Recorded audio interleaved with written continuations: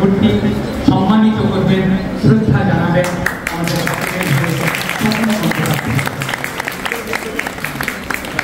মানুষটি এতক্ষণ আমাদের মধ্যে ছিলেন না, কিন্তু না থেকেও তিনি ছিলেন। সকাল থেকে অনেকবার তার নাম এখানে উচ্চারিত হয়েছে, তার উপস্থিতি আমরা কিন্তু অনুভব করেছি মনে। শ্রী স্বপন বন্দ্যোপাধ্যায় শিক্ষকতা করতেন, এখনো করেন। অনেক শিক্ষকের শিক্ষক, তার কথা শুনে আমরা অনেকেই আমাদের জীবনের লক্ষ্য হওয়া উচিত। আর যেরকম কি মহারাজকে আমরা পেয়েছি, আমি বলছিলাম ছোটদের বন্ধু, তোমাদের বন্ধু, জীবন দাও তাই, স্বপন দাও। ছাত্রছাত্রীরা স্বপনদার অত্যন্ত প্রিয়, ছাত্রছাত্রীদের জন্যই তিনি সমস্ত জীবন ব্যয় করছেন, যাতে তোমাদের জীবন সুন্দর হয়, যাতে সমাজটা সুন্দর হয়। যে নিঃস্বার্থ সেই দেবতা, যে স্বার্থপর সেই দানব। একেবারে এত সহজ করে বলে দিলেন। আমরা এক একটা মানুষ যখন স্বার্থপরের মতো আচরণ করি, আমরাই দানব হয়ে যাই। আবার আমরা যখন নিঃস্বার্থ আচরণ করি, আমরাই দেবতা হয়ে যাই। আমরা অনেক মানুষকে বলি না যে এই মানুষটা ভগবান, আবার অনেক মানুষকে বলি না এটা অমানুষ, বলি তো দুরকমই বলি। এমনও হয় যে মানুষটা ভগবানের মতো আচরণ করছে সেও কখনো অমানুষ হয়ে যায়, আবার যে মানুষটা অমানুষের মতো আচরণ করছে সেও ভগবানের মতো আচরণ করে। তার কারণ কি? তার কারণ আমাদের মধ্যে দুটি সত্তাই কাজ করে। তোমরা young people, public with enthusiasm, তোমাদের মধ্যে তেজ আছে, তোমাদের মধ্যে প্রতিজ্ঞা আছে, তোমাদের মধ্যে সততা আছে, তোমাদের মধ্যে নিষ্ঠা আছে, তোমাদের মধ্যে পবিত্রতা আছে। তোমরাই করতে পারো এই মহান কাজ।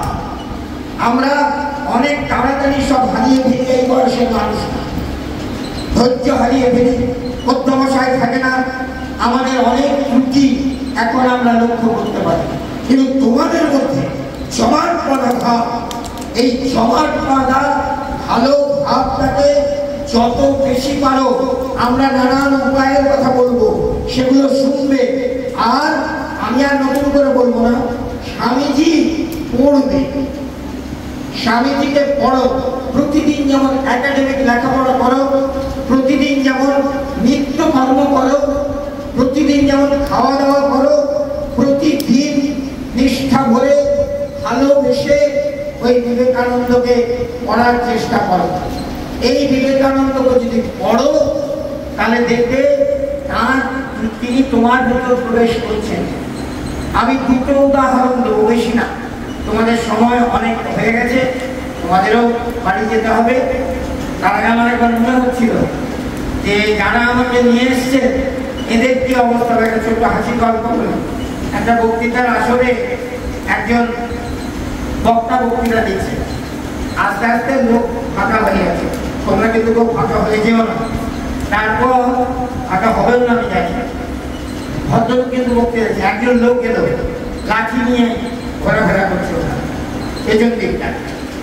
এই ভদ্রলোক ভয় পেয়ে গেছেন বক্তা, বলছে বক্তৃতা থামিয়ে দিয়েছে, যে আপনি চালিয়ে যান, আপনি চালিয়ে যান। বলছে না আপনি লাঠি নিয়ে, বলছে না আপনার কোনো ভয় নেই, আমি খুঁজছি সেই লোকটাকে যে আপনাকে এখানে নিয়ে এসে, তাকে ছাড়বো না। আর সেরকম আমি সমর্থা দেবনাথের অবস্থা চিন্তা করে আমি ভয় পাচ্ছি, সেজন্য খুব সংক্ষেপে বলবো। তোমাদের তিনটে জিনিস, দুটো ঘটনা বলবো বললাম। স্বামীজি বলছে তোমরা তো শিক্ষাপ্রতি না হলেও শিক্ষারত, তোমরা পড়াশোনা করছো, তোমরা ছাত্র ছাত্রী। দেখো শিক্ষার একটা ডেফিনিশন তোমরা জানো সবাই, education is the manifestation of the perfection of the human. Don't rote it, এটাকে মুখস্থ করবে না। স্বামীজি আরেকটা সুন্দর বলেন, এটাকে অনুভব করবে, এটা সত্য। আরেকটা ভারী সুন্দর বলেন, education is the panacea of all social evils. সমস্ত সামাজিক ব্যাধি প্রতিহরক হচ্ছে শিক্ষা। সর্ব রোগ ও বিনাশ, সামাজিক ব্যাধি, এই যে নানান রকম ব্যাধি আমাদের সমাজটাকে পঙ্গু পক্ষাঘাতগ্রস্ত করে তুলছে, সেই ব্যাধিগুলো দূর হবে সত্য শিক্ষার দ্বারা। এই সত্য শিক্ষা তার একটা উদাহরণ দিচ্ছি। স্বামীজির লেখা থেকে তারা পড়েন। একটি গ্রাম পুরুলিয়ার কাছে, বেদেদের একটি গ্রাম, তোমরা জানো বেদে কাদেরকে বলে, যারা সাপ না চায়, তারা তো যাযাবর, তাদের ঘর থাকেন। আমাদের একজন পূজনীয় মহারাজ ওখানে ছিলেন, তিনি ওদের জন্য একটা রিহ্যাবিলিটেশন ভিলেজ করে দিয়েছিলেন। তখন 23টি পরিবার ছিল, এখন তারা 67টি পরিবার। সেই 67টি পরিবারের কাছে আমরা গিয়েছিলাম, আমি, আমার সঙ্গে একজন ইয়াং সাধু এবং আমার ছাত্ররা। আমরা সেখানে গিয়ে ওই বেদেদের লাইফটা হচ্ছে, বেদেরা সকালবেলায় চলে যায় সাপ নাচাতে। সাপ নাচিয়ে ভালো টাকা পায় পুরুলিয়ার অঞ্চলে। 60% টাকা মদ খায়, 40%-এর মধ্যে 20% কোথায় হারিয়ে ফেলে ঠিক নেই। 20% এনে যখন বউকে দেয়, বউ যদি রান্না করতে একটু দেরি করেছে, ঘরে কিছু ছিল না, বউকে পেটায় এবং ছেলে মেয়েদেরও পেটায়। এই তাদের লাইফ। তাদের অর্থ নেই, বাসস্থান নেই, পোশাক নেই, অন্নের ব্যবস্থা নেই, নিশ্চয়তা নেই, তাদের রেশন কার্ডও নেই। এই জন্য তাদের তিনটে যে বেয়ার নেসেসারিজ অফ লাইফ, অন্ন, বস্ত্র, বাসস্থান, কোনোটাই পর্যাপ্ত নয়। আমরা গেলাম দুপুরবেলায়, তখন শুধু মায়েরাই আছে আর বাচ্চাগুলো আছে। মায়েদেরকে জিজ্ঞেস করলাম, এই যে অন্ন, বস্ত্র, বাসস্থান, এই তিনটের মধ্যে একটা জিনিস আমরা তোমাদের জন্য ব্যবস্থা করার চেষ্টা করব, তোমাদের কোনটা লাগবে? 3-4 মিনিট চুপচাপ এই উত্তর দিচ্ছে। হঠাৎ 12-14 জন মা, একেবারে অশিক্ষিতা, নির্যাতিতা, তাদের স্বামীদের দ্বারাই নির্যাতিতা, অভাবগ্রস্ত, সেই সমস্ত মায়েরা 14-15 জন একসাথে উঠে বলল, বাবু আমাদের ছেলেমেয়েদের জন্য একটা মাস্টার দিন। জাস্ট ট্রাই টু ইমাজিন, কল্পনা করো, আমাদের ছেলেমেয়েদের জন্য একটা মাস্টার দিন। ওরা জানে, ওরা স্বামীজি পড়েনি। আমি বললাম না, স্বামীজি ঘুরে বেড়ান, আমরা জানতে পারি না কখন আমার কাছে এসে তিনি দাঁড়িয়েছেন। আমরা সচেতন থাকি না বলে অনেক সময় স্বামীজিকে ফিরিয়ে দিয়েছি। তবু স্বামীজি আবার এসছেন আমাদেরকে কোলে করতে, আমাদেরকে তাঁর হৃদয়ের উষ্ণতা দিয়ে আমাদেরকে উত্তপ্ত করতে। যে উত্তাপে মানুষের মনুষ্যত্ব জাগে, যে উত্তাপে মানুষের হৃদয়বত্তা বাড়ে, যে উত্তাপে মানুষের বুদ্ধিমত্তা, কর্মদক্ষতা সচেতন ভাবে সে অনুভব করে, সেই উত্তাপ তিনি দিচ্ছেন। ওই মায়েরা বলছেন, বাবু আমাদের ছেলেগুলানের জন্য একটা মাস্টার দিন। Education is the প্যানিশিয়া of all social evils. ওরা জানে, ওদের প্রার্থনা আমাদের ছেলেগুলো যেন ওদের বাবাদের মতো না। বড় দুঃখের প্রার্থনা, বড় কষ্টের প্রার্থনা, কিন্তু কষ্টের আগুনে ভগবানের প্রকাশ করে। কষ্টের হোমাগ্নি থেকে যে মহান তত্ত্ব বেরোয়, সেই তত্ত্বের নাম স্বামী বিবেকানন্দ। তার জন্য তার হৃদয়টাও মানুষের জন্য কেঁদেছে, হৃদয়ে রক্তমক্ষণ করেছে। পেছনে যে ছেলেকে 36 আমি মুখ থেকে কথা বলছিলাম, এখান থেকে কথা বলছি।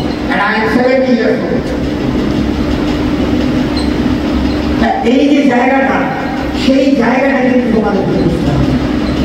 তোমাদের ভেতরে সেই স্পিরিট আছে। আমি যে কথাটা বললাম মাথায় রাখো, যে every day Swamiji comes to us.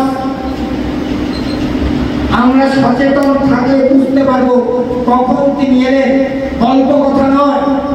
আরেকটা ঘটনার কথা বলি।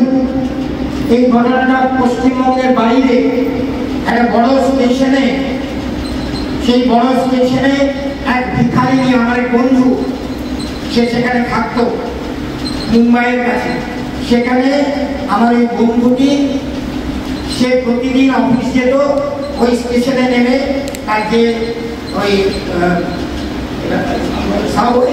সাবওয়েটার মধ্যে দিয়ে, সেই সাবওয়ের মধ্যে দিয়ে একটি ভিখারিনীর সাথে তার আলাপ হয়। বৃদ্ধা ভিখারি ছিন্ন কথা করে থাকে।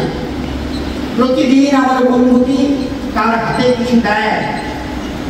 সেই বন্ধুটি একদিন গল্প করছে যে একদিন তার অফিসে খুব বড় পার্টি আছে, সেই পার্টিতে অনেক খাওয়া দাওয়া, ওই অনেক খাওয়া দাওয়া ওর মনে হয়েছে আমি এত খাবো, আমি ভুড়ির জন্য যদি একটু নিয়ে যেতে পারি। এই বন্ধুটিও নরেন্দ্রপুর রামকৃষ্ণ মিশনে পড়াশোনা করেছে। সেই বন্ধুটি সে ভাবছে ওর জন্য যদি কিছু নিয়ে যেতে পারি। সে ওই একটা প্যাকেটে করে নিজের খাবারের অংশ থেকে ওই ভিখারিনী দিদির জন্য কিছু নিয়ে আসছে। সাবওয়েতে এসে অনেক রাত হয়েছে, এই ভিখারিনী শুয়ে পড়েছে, তাকে ঘুম থেকে ওঠাচ্ছে। বাহিনী বাহিনী উনি উঠেছে, আধো ঘুম আধো জাগরণের চোখে বলছে क्या भैया क्या लाए हो? বলছে এই খাবার নিয়ে এসে। খাবারগুলো দেখলো, যে খাবারগুলো দেখলে আমাদেরও চোখে জল, জিভে জল পড়বে, সেই খাবারগুলো দেখলো, দেখে বললো আমার সেই বন্ধুকে मैं खा चुकी हूँ, उसको दे। উল্টো উঠে আরেকজন ভিখারিনী শুয়ে আছে। সেই ভিখারিনীর দিকে ইঙ্গিত করে বলল मैं खा चुकी हूँ। পরে আমার বন্ধুটি জানতে পেরেছিল ওর খাওয়া হয়নি। ফিলিপ সিডনির কবিতায় আছে thy necessity is greater than mind. Swamiji বলছেন they alone live who live for others. এই মানুষটি কিছুই করেনি, কিন্তু she lives for others. She has got that spirit. এবং বলছে যে मैं खा चुकी हूँ उसको दे। এই বিবেকানন্দ কোথায় কখন গিয়ে তার মনের প্রদীপটাকে আরো বেশি উস্কে দিয়ে আসেন। প্রদীপ তো জ্বলছে, আমাদের অন্তরের প্রদীপ জ্বলছে। তোমরা এখানে যারা বসে আছো তোমাদের ভেতরের প্রদীপ জ্বলছে। আমি এতদিন ছাত্রদের নিয়েই থাকি, তাই ছাত্রদেরকে দেখতে বুঝতে পারি তোমাদের চোখে একটা অপূর্ব ইতিবাচকতা আছে, তোমাদের মনে একটা শপথ দানা বাঁধছে। সমাজ বিপন্ন, মানুষ কাঁদছে, সেই বিপন্ন সমাজের বুকে ক্রন্দনরত মানুষের পাশে কে দাঁড়াবে? এইটা তার জন্য কাড়াকাড়ি করে যাবে। যারা বিবেকানন্দকে পড়বে, যারা বিবেকানন্দকে ভালোবাসবে, যারা অন্তরের আলো বিবেকানন্দের সত্তাকে প্রত্যক্ষ করতে পারবে এবং তোমরা পারবে, তোমাদের কাড়াকাড়ি পড়ে যাবে কে স্যাক্রিফাইস করবে, কে দিয়ে যাবে। মহান কোন কাজের লক্ষ্যে তোমরা সবাই প্রস্তুত থাকবে। শুধু মহান নয়, ছোট ছোট কাজ। বাড়ির পাশে একটি মানুষ অসহায়, ওষুধ আনার লোক নেই, তার জন্য নীরবে ওষুধটা এনে দিলাম, এটাও নিজেকে ভুলে কাজ করা। একটি মানুষ তুমি টিফিনে নিয়ে গেছো অনেক কিছু, তোমারই সহপাঠী বা পাঠিনি সে কিছু নিয়ে আসতে পারেনি, তাকে হাত করে তোমরা করোই, তোমরা করেই থাকো। কাজে তোমাদের মধ্যে এই জিনিসগুলো কিন্তু আছে। আমি শুধু বলবো, স্বামীজি বলছেন তুমি নিজেকে জানার চেষ্টা করো। আত্ম আবিষ্কারী শিক্ষা, আত্ম আবিষ্কারী শিক্ষা তোমাদের ভেতর ওই দেবত্ব আছে। আমার একটি বন্ধুর আরেকটি ঘটনা বলে আমি শেষ করব। সেই বন্ধুটি সালেম বলে একটি জায়গা আছে, তোমরা জানো, সেখানে স্টিল প্লান্ট আছে, ও বড় স্টিল প্লান্ট। তার নাম চন্দ্রশেখর।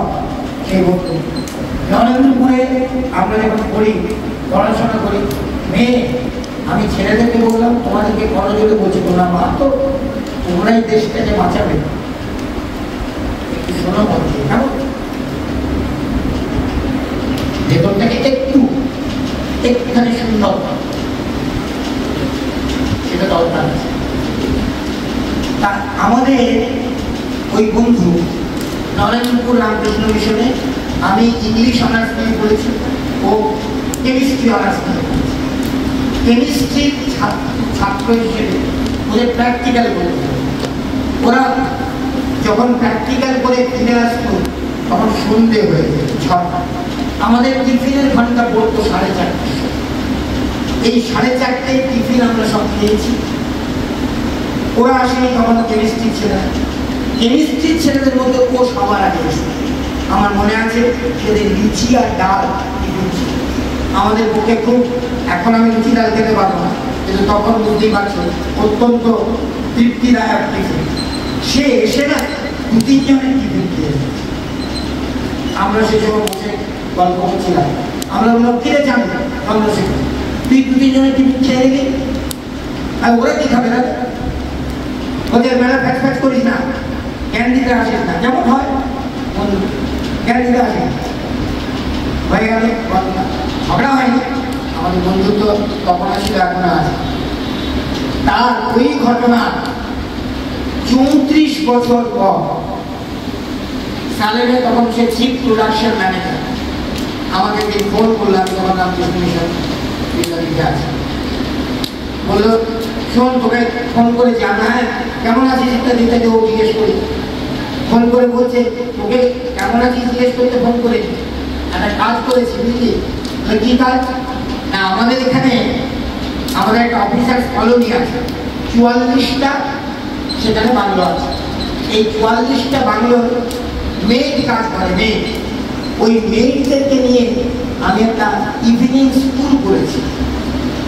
আমরা ভালো তো তারা পড়াচ্ছি, বলছে আমাদেরই বিশেষগুলো পড়াচ্ছি। বলছে আচ্ছা ভাবছি দারুণ ভালো। বলছে না দাঁড়া, তার বলছে আর কি? কারণ বলছে ওদের জন্য না একটা টিফিনের ব্যবস্থা করেছি।